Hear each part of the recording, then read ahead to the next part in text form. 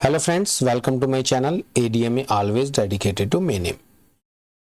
आज मैं एक एंशियंट हिस्ट्री की एक सीरीज शुरू करने जा रहे हैं जिसमें हम पहला टॉपिक लेंगे आर्कियोलॉजिकल सोर्सेज एंड मेथड कि पुरातत्व के क्या क्या स्रोत है और उनके क्या क्या तरीके हैं। What is archaeology? सबसे पहला क्वेश्चन मन में आता है, आर्कियोलॉजी क्या है? आर्कियोलॉजी एक स्टडी है किसकी? ह्यूमन हिस्ट्री की, किसके थ्रू? Materials remains. जो मटेरियल रिमेन्स का मतलब होता है कि जो हमारे पुरातत्व विभाग, जैसे कि सपोज करो कहीं कहीं पे इवैक्यूएशन होता है, कहीं पे खुदाई होती है, उस समय पे जो हमें पुरानी चीजें मिलती हैं, पुरानी भौतिक वस्तुएं जैसे मंदिर, महल, बर्तन, औजार, कलाकृति, हड्डी, सिक्के, शिलालेख, बहुत सारी चीजें ऐसी जो खुदाई के दौरान हमें मिलती हैं कई कई जगह पर, उनके द्वारा हम अपनी पुरानी संस्कृति तक कैसे पहुंचते हैं, क्या हमारी पुरानी संस्कृति का रहन सहन, जीवन यापन करने का जो भी तरीका रहा है, उस विभाग को, उस स्टडी को बोला जाता है आर्कियोलॉजी। और आर्कियोलॉजिकल सोर्सेस बहुत सारे होते हैं। किस तरीके से हम अपनी चीजों को, अपनी आर्कियोलॉजी सोर्सेस हमने बढ़ाए हुए हैं, कौन कौन से मेथड यूज करते हैं अपनी पुरानी संस्कृति को जानने के लिए, ये सारी चीजें हम देखने इस वीडियो में। पहला है कि सबसे पहले ये हमारी हेल्प करती है किसी भी कल्चर को अंडरस्टैंड करने के लिए। कल्चर उस समय की, उस समाज की क्या संस्कृति रही है, किस तरह से लोगों का व्यवहार रहा है, क्या वहाँ के कार्यशैली रही है, क्या वहाँ के व्यवसाय रहा है, उन्होंने कौन कौन सा व्यवसाय किया, क्या वो शिल्पकार थे, क्या वो काश्तकार थे, क्या वो खेती करते थे, किस तरह का काम है, वो सारी उस समय की प्राकृतिक वस्तुएं जो हमें खुदाई के दौरान मिलती है, इवैक्यूएशन के दौरान मिलती है, उनके आर्टिफैक्ट्स, किस तरह की इंडस्ट्री थी, उस चीजों से समझने में हमारी हेल्प होती है। कल्चर को समझने में हम आर्कियोलॉजी के थ्रू हेल्प करते हैं। फील्ड आर्कियोलॉजी, फील्ड आर्कियोलॉजी सबसे पहले कि हमें, ये सबसे पहली स्टेप होती है किसी भी कार्य को, किसी भी स्थान पे हमें खुदाई करने से पहले, इवैक्यूएशन करने से पहले हमें उस स्थल की खोज करनी है, उस सर्वेक्षण स्थल की खोज करनी है कि जहां पे हमें वो चीजें मिल सकती है। उसके लिए हम सबसे पहले हवाई फोटोग्राफी करेंगे। हवाई फोटोग्राफी करते हैं, हवाई फोटोग्राफी से पता लगता है कि वो एरिया कितना बड़ा है, क्या वहां पे कुछ होने की संभावनाएं हैं, क्या वहां पे कोई बस्तियां सदियों पहले थी, या कुछ कुछ टीले, उबड़ खाबड़ जमीन है। तो इस तरीके से वहां पे सेडिमेंट्स, हैबिटेशन से बहुत सालों पहले इन चीजों का पता लगाने के लिए हम सबसे पहले फील्ड सर्वे करते हैं कि क्या उस जगह पे कोई ऐसी कल्चरल एक्टिविटी या जिस तरह से वहां पे कोई आर्टिफैक्ट्स बाहर आए हैं, नहीं आए हैं, आसपास की संस्कृति क्या कहती है, वो सारी चीजें। और ये हवाई फोटोग्राफी के बाद में हम एक लैंडसेट फोटोग्राफी, उपग्रह से एक इमेजिनरी, एक रिमोट सेंसिंग करते हैं उस पर्टिकुलर एरिया की, जिससे हमें पुरानी नदियां, कि वहां पे क्या कोई पुरानी नदी थी, क्या वहां पे पुरानी कोई बस्ती थी, ये सारी चीजें वहां पे समझ में आती है कि उस तरह से किसी भी एरिया के पास में पुरानी चीजें, या फिर उस इमेजिनरी, एक लैंडसेट इमेजिनरी, उपग्रह से जो एक इमेजिनरी बनाई जाती है, इमेज बनाई जाती है, उससे हम ये समझ में आता है, वो एक्सरे किया जाता है एक तरह से जमीन का, कि उसके अंदर क्या होने की संभावनाएं हैं, कि वहां पे कौन कौन सी संरचनाएं दबी हो सकती है। तो उसके लिए हम और बहुत सारी चीजें, जैसे धातु जांच करते हैं, मेटल डिटेक्शन करते हैं, वहां पे कुछ प्रोबिंग रोड्स उसमें अंदर डाली जाती है जमीन के अंदर, जिससे पता लग जाता है कि वहां पे कुछ मेटल्स होने की संभावनाएं हैं, और बहुत सारे आर्टिफैक्ट्स होने की संभावनाएं हैं, जिससे कि उसकी स्ट्रेटोग्राफी की जाती है कि किसी स्थान पे अलग अलग परतों पे क्या क्या छुपा हुआ है, क्या क्या छुपा होने की संभावनाएं हैं। सैटेलाइट स्कैन्स किए जाते हैं, जिसकी हेल्प से हम ये सारी चीजें, रिमोट सेंसिंग किसी पर्टिकुलर एरिया की करते हैं बिफोर इवैक्यूएशन करने से पहले। ये सारी चीजें हमारी की जाती हैं। देन आफ्टर इवैक्यूएशन टेक्निक्स क्या होती है? कोई भी एरिया अगर हमने एक मार्क कर दिया कि उसपे हम लोग, यहाँ पे कुछ हमारे होने की संभावनाएं हैं, देन हम उस पे क्या करते हैं, इवैक्यूएशन टेक्निक यूज करते हैं। ऐसा नहीं कि जाएंगे और अपने जो जितने औजार लेके, जितने भी सामान लेके जाएंगे और खुदाई शुरू कर देंगे, नहीं, ऐसा नहीं है। उसकी एक पैटर्न है। किसी भी एरिया को आइडेंटिफाई करने के बाद में, उसकी बाउंड्री लाइन बनाने के बाद में, वहां पे 2 या 3 तरीके से इवैक्यूएशन किया जाता है। सबसे पहले वहां पे एक हॉरिजॉन्टली इवैक्यूएशन किया जाएगा और वर्टिकल इवैक्यूएशन किया जाएगा, कि किसी भी, क्योंकि नीचे की जो चीजें होती हैं वो लेयर बाय लेयर दबी होती है, लेयर बाय सबसे पुरानी चीजें सबसे नीचे लेयर पे होगी, उससे ऊपर, क्योंकि आपने देखा होगा कि किसी भी संस्कृति के विनाश होने के लिए, या विनाश जब किसी भी संस्कृति का डिक्लाइन होता है, तो या तो वो फ्लड के कारण हुआ है, हमने पढ़ा है, या किसी संस्कृति में फ्लड आई है, आग आई है, उसके बाद में आपकी बहुत अत्यधिक वर्षा हो गई है, उसके बाद में भूस्खलन हो गया है, तो ये सारी जो प्राकृतिक आपदाएं हुई है, किसी ने आक्रमण कर दिया है, तो इससे क्या होगा, जो घटनाएं सबसे पहले हुई वो सबसे नीचे, उसके ऊपर फिर से एक नई लेयर आ जाएगी। भूस्खलन के बाद में नई लेयर क्यों आती है उसको हम आगे पढ़ेंगे। भूस्खलन इसके लिए एक सबसे महत्वपूर्ण कार्य होता है, जिसकी वजह से ये सारी लेयर्स बनती चली जाती है। पृथ्वी में हमारे जो पदार्थ है, जो हमारे उस समय पे यूज की हुई चीजें हैं, वो पृथ्वी के नीचे चली जाती हैं। अब इसके लिए हम दो तरह की टेक्निक यूज करते हैं, आइदर हॉरिजॉन्टल और वर्टिकल इवैक्यूएशन। वो डिपेंड करता है कि क्या एरिया क्या है और वहां पे जो चीजें हमें मिलती चली जाती है। सपोज करो एक छोटा एरिया है, उसमें हमें कुछ 10-15 फीट का एक एरिया, वहां पे हमें कोई चीजें मिलनी शुरू हुई, तो उस पर हम वर्टिकल इवैक्यूएशन करते चले जाएंगे, देखते जाएंगे कि वहां लेयर्स पे क्या है। और इवैक्यूएशन करने के लिए सबसे जो ज्यादा इंपॉर्टेंट चीजें होती है, वो होती है रिकॉर्डिंग करना, मैपिंग करना और उसको प्रिजर्व करना।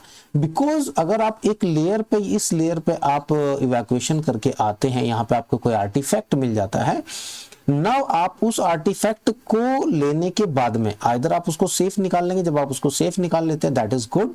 अदर सपोज करो उस आर्टिफैक्ट वो आपका से टूट गया है, या फिर उस आर्टिफैक्ट को जब तक नहीं निकालेंगे तब तक आप नीचे नहीं जाएंगे, और निकालने की इवैक्यूएशन के दौरान उसको कुछ हानि हो गई है, देन हम उस टाइम पे क्या करेंगे, उनकी रिकॉर्डिंग बहुत जरूरी होती है, जिससे कि ये चीजें समझ आ जाती हैं कि जो मेरे द्वारा इवैक्यूएशन किया जा रहा है, जो हमारी टीम के द्वारा इवैक्यूएशन किया जा रहा है, वो कितना अंदर तक है, क्या कहाँ हमें आर्टिफैक्ट मिलने हैं।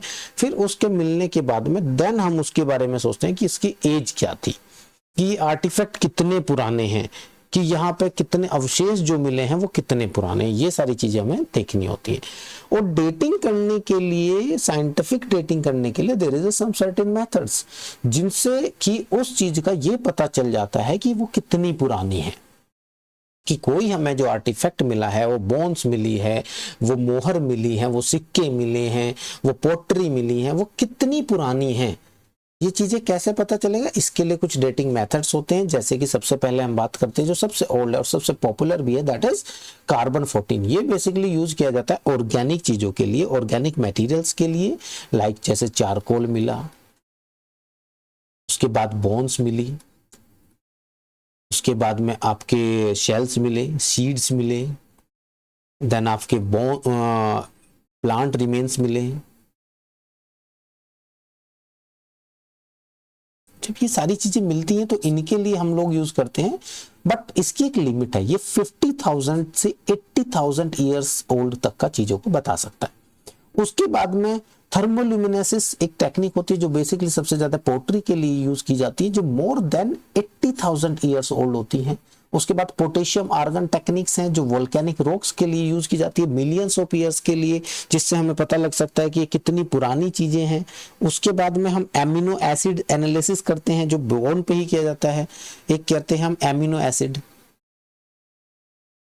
एनालिसिस, एमिनो एसिड एनालिसिस, ये बेसिकली यूज किया जाता है up to 10,000 years, up to 10,000 years. Question आते हैं कि कौन कौन सी टेक्निक्स हैं जो अपनी बोन्स के लिए या एज वाइज करने के लिए, क्वेश्चन एक बार लास्ट में पूछा गया था कि एमिनो एसिड टेक्निक से हम कितनी ईयर्स के लिए, या कौन सी उसकी टाइम रेंज क्या है, उसकी समय सीमा क्या है, तो उसकी समय सीमा 10,000 साल तक है। फ्यूजन ट्रैक है, फ्यूजन ट्रैक्स में basically about 30,000 million year of एगो तक कर सकते हैं उसमें। देन आपका हम देखेंगे कि कुछ जस्ट लाइक ऑप्टिकल स्टिमुलेटेड और इंफ्रारेड स्टिमुलेटेड चीजें होती हैं जो आपकी 17-18,000 ईयर्स तक के लिए यूज की जा सकती है। आर्कियोमेट्री क्या होता है? आर्कियोमेट्री ये सब आर्कियोलॉजी के टेक्निक्स है। जब हम कोई भी इवैक्यूएशन करते हैं, आर्कियोलॉजिकल डिपार्टमेंट जब हम सर्वेक्षण करते हैं मानव के ऊपर, पुरानी चीजों के ऊपर, ह्यूमन जो इवोल्यूशन हुआ है उसके ऊपर, जब हम पुरानी चीजों के ऊपर उसके ऊपर हम जब रिसर्च कर रहे हैं, तो उस रिसर्च के लिए जो हम टेक्निक्स यूज करते हैं उसमें से एक आर्कियोमेट्री है। आर्कियोमेट्री बेसिकली करता है ये केमिकल एनालिसिस है। क्या है, केमिकल एनालिसिस, कि जो बर्तन मिले हैं उस टाइम पे, कोई भी चीजें मिली हैं, उनकी केमिकल संरचना क्या है, उसका मटेरियल एनालिसिस करते हैं कि उसका मटेरियल कौन सा यूज किया गया, कितनी पुरानी है वो, उसके ओल्ड स्ट्रक्चर को पढ़ा जाता है, उसकी केमिस्ट्री क्या है, सोइल की केमिस्ट्री क्या है, वो उस जमीन में कितना नाइट्रोजन मिला है, कितना फास्फोरस मिला है। जैसे एक एग्जांपल के तौर पे मैं आपको बताऊं, महाराष्ट्र का इनाम गांव एक एरिया है, वहां के जब रिसर्च की जा रही थी तो वहां की मिट्टी ली गई आंगन की और घर की।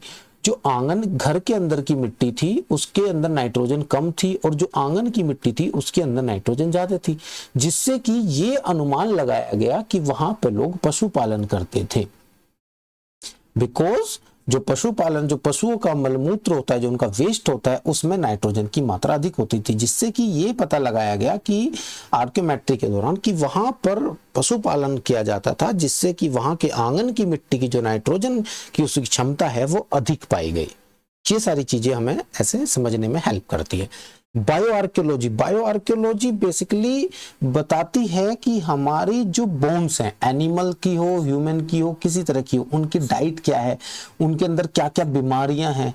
एक सर्वेक्षण किया जाता है प्राचीन समय पे, कोई भी सर्वेक्षण नर्स विज्ञान में जीवित संस्कृतियों का एक सर्वेक्षण किया गया, जिसमें ये देखा जाता है कि भाई वहां के लोगों को कौन सी बीमारी थी, बोन मिली, उसकी बायो आर्कियोलॉजी के थ्रू उसका एक उस पर रिसर्च हुआ, जिससे पता चला कि वहां पे लोगों को हैजा था, वहां पे लोगों को रिकेट्स था,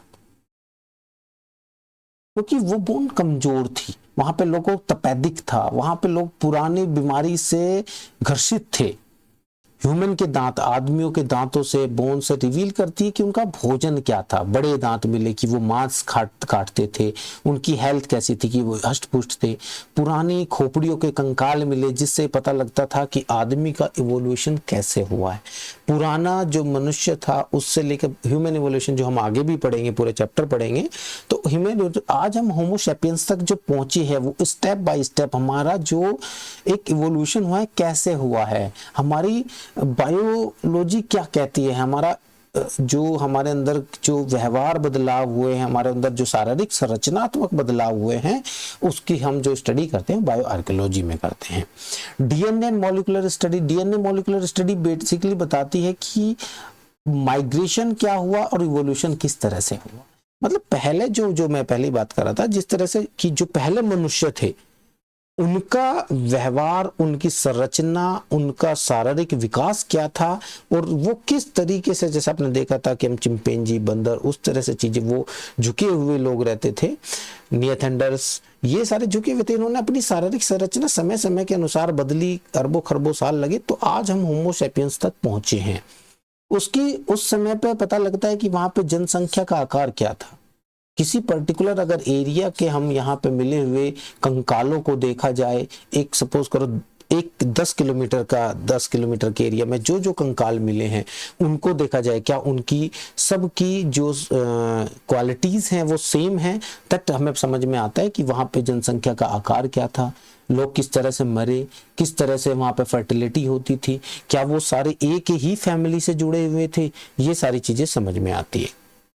मैराइन आर्कियोलॉजी बेसिकली नाम से समझ में आता, समुद्र के अंदर क्या है, उसके लिए जो यूज की जाती है, जलमग्न शहरों और जहाजों से मलबों का अध्ययन किया जाता है कि भाई हाँ, कहाँ पे वहां पे कितनी चीजें। आपने ये देखा भी होगा कि द्वारका में जलमग्न बंदरगाह शहर के अवशेष है, जो कम से कम अभी माना गया है कि 15,000 ईस्वी पूर्व के हैं। वहां पे उनको मिला, कैसे मिला ये सारी चीजें, ऐसे नहीं कि अचानक से मिल गया, वहां पे रिसर्च चालू थी, वहां पे सोनार वेव्स भेजी गई, अंडर वाटर डिटेक्टर्स बेचे गए, गोताखोर से फोटोग्राफी की गई, पुराने चीजों का जो अध्ययन किया जाता है समुद्र के अंदर, उसको बोला जाता है मैराइन आर्कियोलॉजी, जिससे जो वहां के समुदाय के जीवन के बारे में जानकारी प्राप्त मिलती है। पुरातत्वविद विभिन्न वैज्ञानिक तकनीकों पर भरोसा करते हैं, उनकी तिथि को समझने के लिए काम करते हैं, तो इस तरह से जमीन के अंदर भी पानी के नीचे की खोज चालू है। नेक्स्ट है एंथो आर्कियोलॉजी बेसिकली क्या कहती है, स्टडी ऑफ लिविंग कम्युनिटीज। जो उसकी पुरानी प्रथाओं को एक हमें बताती हैं कि इस समय पे लोग क्या प्रैक्टिसेस किया करते थे। वहां पे पता लगता है कि वहां के लोग किस तरह से काम आए, किस तरह से काम में आगे बढ़े, कि किस तरीके से उन्होंने अपने आप को इवोल्व किया। जैसे कि गुजरात में अगर देखेंगे, जो खंबात के कैरोलियन मन का निर्माण की परंपरा है, जो आज खंबात में, जो कहाँ पे है, गुजरात में है, ये आपको सबको पता है, गुजरात में ये जो एक निर्माण की परंपरा मौजूद है मनके बनाने के लिए, बीड्स बनाने के लिए, तो वो पता चला कि उसके अध्ययन से कि जो हड़प्पा में जो बनाने के तरीके थे, जो हड़प्पा में भी बनाने के तरीके थे, वो लगभग उस समय के जो बीड्स हैं और आज बना रहे हैं बीड्स, वो लगभग सेम है। क्या इससे ये समझ आ रहा है कि हड़प्पा के लोग भी इस तरह की चीजें यूज करते थे? तो ये कैसे समझ में आएगा? इसके लिए हमें क्या करना है? इसके लिए एंथो आर्कियोलॉजी हमारा जो डिपार्टमेंट है वो यूज किया जाता है, वो कार्य करता है, जो स्टडी ऑफ लिविंग कम्युनिटीज, कि जो आज जीवित है, जो आज वो प्रैक्टिस कर रहे हैं, क्या वो एंशिएंट प्रैक्टिस से कहीं मैच खा रही है? ये जो मनका निर्माण की फैक्ट्री जो खंबात में है, जो बना रहे शिल्पकार आज बना रहे हैं, और हड़प्पा सभ्यता के समय बनते थे, वो लगभग सेम है। तो इसका मतलब आज के इस चीज से हमें हड़प्पा सभ्यता की एक समझ मिली है कि उस तरह भी शायद ऐसे बनाते होंगे, क्योंकि जितनी भी प्रीवियस जितना भी हम आर्कियोलॉजी के थ्रू चीजें हैं उनके ऊपर रिसर्च करने के बाद में पुरानी संस्कृति, पुरानी सभ्यताओं की सिर्फ समझ लेते हैं। ऐसा नहीं कि हमने उसको जान ही लिया या वो एग्जैक्ट वही था, वो सब संभावित होती है, लेकिन हाँ उसके ऊपर रिसर्च करी जाती है, संभावनाएं अप्रोक्सीमेट होती है, वो अप्रोक्सीमेशन में चली जाती है। कार्बन 14 से हमें पता लगा अच्छा 80,000 ईयर्स हो चीजें ऐसे होती थी, वहां पे एक सभ्यता बसती थी, उस सभ्यता में ऐसे लोग रहते थे, वहां पे एक मूर्ति मिली है, एक बियर्ड मैन की मूर्ति मिली है, तो उससे समझ में आया अच्छा वहां के लोग इस तरह से मिला। वहां पे एक नर्तकी की मूर्ति मिली है हड़प्पा में, तो समझ में आया कि अच्छा वहां के लोग ऐसी प्रैक्टिस करते थे, महिलाओं का सम्मान किया जाता था। तो ये सारी चीजें हम पता लगता है आर्कियोलॉजी डिपार्टमेंट के बहुत सारे इसकी ब्रांचेस हैं, जो हमने देखा एंथो आर्कियोलॉजी, मैरीन आर्कियोलॉजी, अलग अलग विभाग हैं जो अलग अलग मेथड्स यूज करते हैं चीजों को समझने में। और सबसे लास्ट में जब हम ये सारी चीजें समझ लेते हैं कि किस तरह से आपने ये आर्कियोलॉजी डिपार्टमेंट ने इस तरह से मेथड से यूज किया, लास्ट में बहुत इंपॉर्टेंट हो जाता है साइट को प्रोटेक्शन करना। साइट को प्रोटेक्शन करना बहुत सिंपल है कि उसको संकट नहीं आने देना है, उसको रेस्क्यू करके रखना है। इंडेंजर साइट में आपने यूनेस्को का नाम सुना होगा। यूनेस्को का काम क्या है? यूनेस्को का काम है जो साइट्स हैं, हेरिटेज कल्चर हैं, उनको सर्वेक्षण देना। क्यों दे रहा? क्योंकि वो हम अपनी संस्कृति से जुड़े रहे, हमें पता लगे कि हमारी संस्कृति क्या थी, किस तरह से हम लोग आज यहाँ पे उपस्थित हुए हैं, वहां के लोगों के पास क्या टेक्निक थी, उसको समझे इन चीजों को। इसके लिए जगह समय समय पे यूनेस्को के प्रोग्राम्स आते रहते हैं, दूरदर्शन पे प्रोग्राम आते हैं, गवर्नमेंट के प्रोग्राम आते हैं कि किस तरह से वो प्रमोट करते हैं। आपने देखा होगा 2000 के नोट पे भी ये है। क्यों ये बताया जाता है कि भाई इस तरह से चीजें हमारे पास में हैं, ये हमारी हेरिटेज है, इनको हमें संरक्षण करना है। जन जागरूक अभियान चलाया जाता है कि हमें हमारी साइट्स को प्रोटेक्ट करके रखना है। Finally come to the conclusion, जो हमने देखा कि आर्कियोलॉजी क्या है। Archaeology is not just like a process, it's not just a event. ये बेसिकली है कि हमारी नॉन टेक्सुअल हिस्ट्री, जब हमारे पास कोई टेक्स्ट नहीं थे, जब हम समझ नहीं पा रहे थे कि हमारे पास में लिखी, क्योंकि समझने के लिए क्या होना चाहिए? समझने के लिए आपके पास एक लैंग्वेज होनी चाहिए। लैंग्वेज तो बहुत बाद में आई, लैंग्वेज तो आज तक हड़प्पन लैंग्वेज को डीइनक्रिप्ट नहीं किया गया। आज तक बहुत सारी ऐसी लैंग्वेज है जिनको डीइनक्रिप्शन हो ही नहीं पाया है। But at the same time जो आर्कियोलॉजी डिपार्टमेंट है वो उस चीज को समझने में हेल्प करता है जो नॉन टेक्सुअल है। सोचो, हम उन चीजों से, नॉन टेक्सुअल चीजों से, उन पोट्री से वहां के कल्चर समझ रहे हैं।